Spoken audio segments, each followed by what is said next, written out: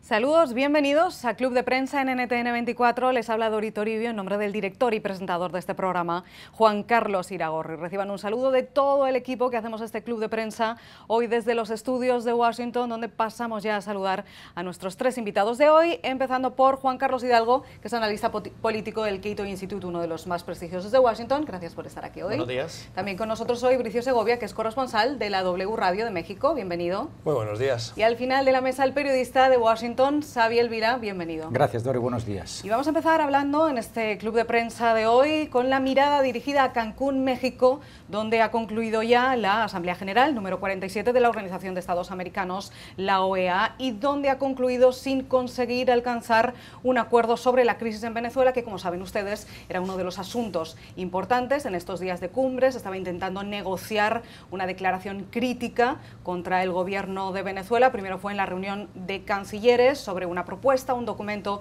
encabezado por México con el apoyo de 14 países, pero que finalmente no salió adelante porque no hubo los votos necesarios. Se consiguieron solo 20 votos de los 23 necesarios para aprobar esta declaración de condena. Y después también se intentó una mención en la Asamblea General, pero tampoco pudo ser, y de hecho hubo protestas de un grupo de opositores venezolanos interrumpiendo la sesión precisamente por la falta de este acuerdo. Y este tema se puede ahora interpretar de dos maneras, es como lo del vaso medio lleno o medio vacío, porque por un lado la OEA está aumentando la presión en contra del gobierno de Venezuela, lleva haciéndolo además en los últimos meses y en las últimas semanas, pero por otro lado Juan Carlos Hidalgo no consiguen llegar a un acuerdo para hacer una condena firme contra Venezuela. Bueno, yo lo veo como tres cuartos vacío el vaso, ni siquiera lo veo mitad lleno. Veamos la declaración más dura, entre comillas, que se estaba discutiendo en Cancún. Lo que solicitaba era liberación de presos políticos, convocatoria a elecciones, con elecciones libres, y permitir la entrada de ayuda humanitaria al país. O sea, que repensara la convocatoria de la Asamblea Constituyente. Y que se repensara la convocatoria. O sea, vean las obviedades que se estaban pidiendo, y ni siquiera con eso se logró consenso. Además, se estaba pidiendo el establecimiento de un grupo de contacto que sirviera para nuevamente un diálogo entre el gobierno y la oposición, que ya sabemos que esos diálogos no sirven absolutamente para nada.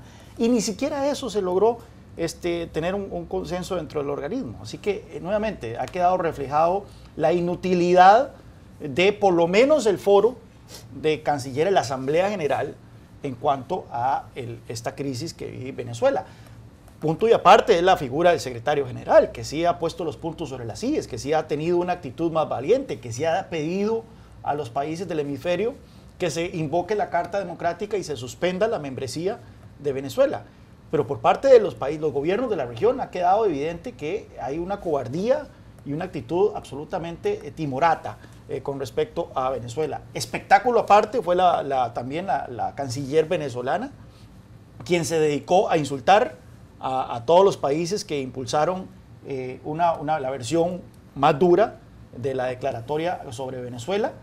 Y aún así, a pesar de los insultos, a pesar del espectáculo triste que dio, no se logró que una mayoría de los países presentes dieran un visto bueno a ese comunicado, a esa declaración que para mí era todavía muy endeble, un comunicado que más bien debió haber llamado a la suspensión de la membresía de Venezuela, que ni siquiera eso estaba contemplado, y no se pudo llegar a un acuerdo sobre eso. Menciona Juan Carlos a Delcy Rodríguez, la canciller venezolana, que efectivamente acaparó protagonismo y titulares, no solo por sus ataques contra los miembros de la OEA, específicamente contra el secretario general Luis Almagro, sino también porque anunció que iba a dejar el cargo, iba a dejar la Cancillería por petición del presidente Nicolás Maduro, para pasar a participar en la Asamblea Constituyente. Maduro además felicitó a Delcy Rodríguez por defender a Venezuela en este marco de la Asamblea General de la OEA, que fue, Bricio Segovia, una asamblea muy tensa la que hemos visto estos días. Efectivamente, fue una asamblea muy tensa, pero ¿qué asamblea no lo es cuando se trata de Venezuela en el caso de la OEA? Es como hablar contra una pared. Y no estoy diciendo que un lado o el otro tenga la razón, porque obviamente hay intereses por ambas partes, económicos, son economías muy diferentes, países también en el que, Venezuela nunca va a ceder a ser un país capitalista, se según los intereses de imperialistas, como ellos dicen, ¿no? Y esa palabra que tanto escuchamos del gobierno de Maduro, y estamos hablando también de unos de los países con las mayores reservas de petróleo y también aspira a convertirse en uno de los países con las mayores reservas de oro después de las que se acaban de encontrar recientemente en el sur del país. Por lo tanto, intereses y una economía totalmente colapsada, que también hay intereses, pues no solamente por el gobierno extranjero, sino también por miembros de la oposición, muchos de ellos viviendo fuera de Venezuela ahora mismo.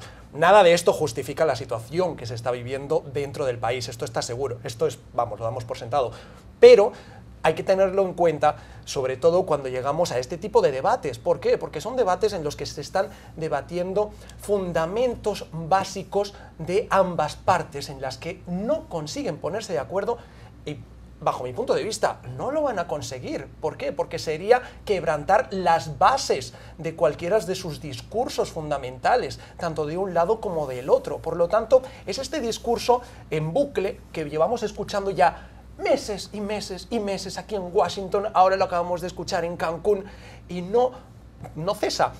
Dato importante, quiero destacar lo que tú mencionabas, Dori, precisamente ese reemplazo de la canciller Delcy Rodríguez por el embajador hasta ahora ante la OEA, Samuel Moncada. Y todo esto pasa porque Delcy Rodríguez, Maduro quiere que forme parte de esta constituyente, una constituyente rechazada por la oposición, una constituyente en la que, en principio, las personas que participen en ella tienen que ser elegidas popularmente, y lo que estamos viendo ahora mismo ya es una selección a dedo. Vamos a ver cómo evoluciona, porque Maduro tampoco da demasiados detalles sobre cómo va a funcionar esta constituyente, pero es curioso que precisamente en el marco de la OEA, en el marco de esta asamblea en la que se debaten derechos fundamentales y la crisis que vive el país, se lleve a cabo este reemplazo, también con dudosas garantías del marco que se está respetando o no. Vamos a ver cómo evoluciona este tema, como dice Bricio, este tema de Venezuela, y también vamos a ver cómo evoluciona otro tema importante que vamos a pasar a hablar ahora, y es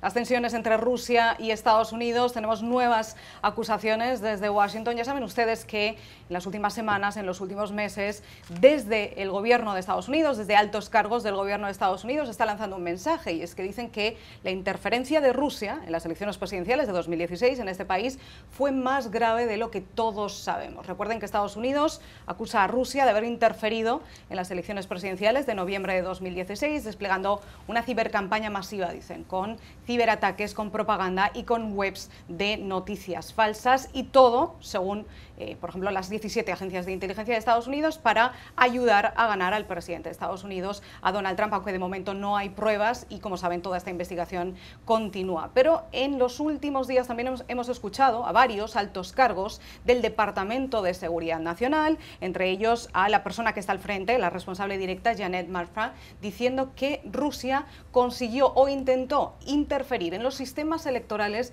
de 21 estados de este país pocos días antes de las elecciones. Finalmente no lo consiguió, dicen, solo consiguió interferir en algunos estados, aunque de momento aseguran que no tienen pruebas de que se consiguieran cambiar votos. Así que la gran pregunta es ¿para qué se ocasionó entonces esta interferencia? ¿Qué estaba intentando exactamente Rusia? Empiezo preguntándole a Xavier Milà, ¿cree usted que realmente esta interferencia de Rusia pudo ser más grave de lo que todos sabemos en este momento? Bueno, hombre, hay que confiar en las agencias de inteligencia de este país, y si las 16 o 17, no recuerdo exactamente, dicen que hubo interferencia, yo me las creo. Pero claro, yo soy un ciudadano de a pie, y el presidente de los Estados Unidos, que es el jefe de todas estas agencias, dice que no se lo cree, con lo que me choca esta discrepancia.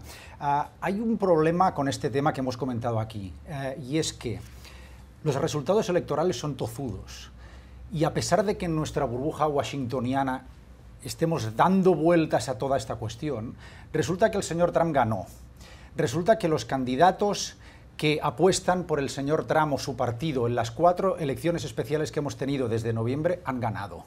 El último esta semana, los 2 últimos esta misma semana. Y entonces, ¿qué quiero decir con esto? Que la gente, al final, cuando va a la urna a votar, le trae un poco al pairo este debate que tenemos aquí en Washington. Todos estamos agobiados con que si Rusia, y sí, si me lo pregunta usted a mí, yo creo que sí, y le digo que sí atendiendo a lo que dicen los profesionales de la investigación en los Estados Unidos, que creo que son agencias con una solvencia contrastada y que por lo tanto demuestran que hubo un intento de hackers, que se llama, que no sé cómo es ahora mismo en español, orquestados por el ejército ruso para influir en el voto. No se puede demostrar, al menos hasta ahora, nos dicen, que esta influencia fuera determinante para que Trump ganara. Pero la influencia existió, nos dicen. Entonces, esto es como el tema de la destitución de Trump. Hasta que no tengamos una prueba fehaciente, que podamos tocar y mira, este señor ha delinquido, no podemos llevar a este señor a tribunales o al Congreso, en este caso, para empezar el proceso de destitución. Necesitamos una prueba y de momento no la tenemos. Y le digo, el señor Trump ha puesto hoy en Twitter esta mañana unos cuantos mensajes que si quiere comentamos o con el resto de los compañeros, pero sinceramente a mí lo que me deja estupefacto, le comentaba fuera de cámara, es que dentro de esta locura que es el mundo Trump, que yo considero que es una locura, hay algunos de sus mensajes que yo cuando los leo pienso, pues tiene razón. Es decir, ¿por qué los demócratas no denunciaron meses antes de las elecciones de noviembre pasado que había indicios de que se estaban intentando meter los rusos dentro de... Es el tuit del presidente de Estados Unidos esta mañana. Se pregunta por qué, si los rusos estaban haciendo tantos esfuerzos por interferir en las elecciones de 2016 que tuvieron lugar durante la administración Obama, se pregunta Donald Trump hoy en Twitter, por qué entonces la administración Obama no hizo nada en aquel momento. Lo que pasa, y termino rápido, es que esto es una hipocresía descomunal, que este señor salga con estos mensajes cuando él mismo en campaña salió con unos mensajes absolutamente obscenos hacia la oposición, y recordemos, él fue el primero que en un mitin electoral delante del mundo dijo: Rusia, si usted me está escuchando, por favor, saque los correos electrónicos de Hillary Clinton. Entonces no podemos estar en misa y repicando, como se dice. Pone Xavier Vilá un tema muy importante sobre la mesa que además da mucho que pensar. Dice que en realidad a la gente, a los votantes, a los ciudadanos, esta interferencia electoral de Rusia en las presidenciales de Estados Unidos quizá no les preocupe tanto, viendo la victoria electoral de Donald Trump o la victoria de estas elecciones especiales, que recuerda ha habido 4 elecciones especiales en Estados Unidos, en 4 estados diferentes en lo que va de año, y todas las han ganado los republicanos y todas con candidatos que contaban explícitamente con el apoyo de Donald Trump. Pero teniendo en cuenta que tanto la cúpula de los servicios de inteligencia de este país como de seguridad nacional están advirtiendo que, ojo, esta interferencia de Rusia no va a parar porque han tenido éxito y que además puede pasar en otros países, y se habla ya de Francia, se habla de las próximas elecciones de Alemania, ¿no es un tema que sí debería o debe preocupar a los ciudadanos de cualquier país? Bueno, yo creo que algo que dijo Xavier es un hecho incontrovertible. En Washington vivimos en una burbuja. Probablemente si vamos a Iowa, vamos a Arizona, vamos a Oregon y le preguntamos a la gente en la calle qué opina todo esto de Rusia, no le importará mayor cosa. Esto no quiere decir que no sea importante. Entonces, ciertamente, en los años 60 le hubiéramos ido a la calle en Iowa y preguntamos qué opina la situación de Berlín, y la gente tal vez probablemente hubiera dicho, no me importa poco. Eso no quiere decir que Berlín no era importante en la Guerra Fría. Sin embargo, yo creo que ciertamente es preocupante la manera cada vez más alevosa en que Rusia está tratando de interferir no solo en Estados Unidos, sino en las elecciones de otros países. Curiosamente, lo vemos ahora, lo acabamos de ver en el Reino Unido, lo acabamos de ver en Francia, lo estamos viendo en Alemania. Rusia está tratando de interferir en esas elecciones, pero vemos a un gobierno francés, a un gobierno británico, a un gobierno alemán más firme resistiendo la interferencia. No sé por qué Estados Unidos fue tan vulnerable a estos ataques, y sigue siendo vulnerable la reacción que ha tenido el gobierno, principalmente porque tal vez no es que Trump sienta que él se benefició por la ayuda de Rusia, sino que él siente que se está cuestionando su legitimidad como presidente con estas acusaciones. Bricio Segovia, solo tenemos 30 segundos porque tenemos que hacer una pausa, pero quiero cerrar el tema con usted. Tampoco sería tan raro porque una de las claves en la geoestrategia de Rusia de ahora y de siempre ha sido desestabilizar a los países de Occidente. Exactamente, y además los rusos son muy buenos haciendo esto, dándole la vuelta precisamente a la historia, y el presidente Vladimir Putin está ganando en esta jugada. De hecho, lo vemos claramente como incluso recientemente él decía que los hackers que intervinieron en estas elecciones no son el gobierno, son ciudadanos rusos que han actuado de manera libre. Es decir, le dan la vuelta de una manera, pero es que aquí no hay pruebas todavía. O sea, que Estados Unidos de manera inexplícita le está dando la razón. Tenemos que hacer una pausa, no se vayan, regresamos enseguida a Club de Prensa.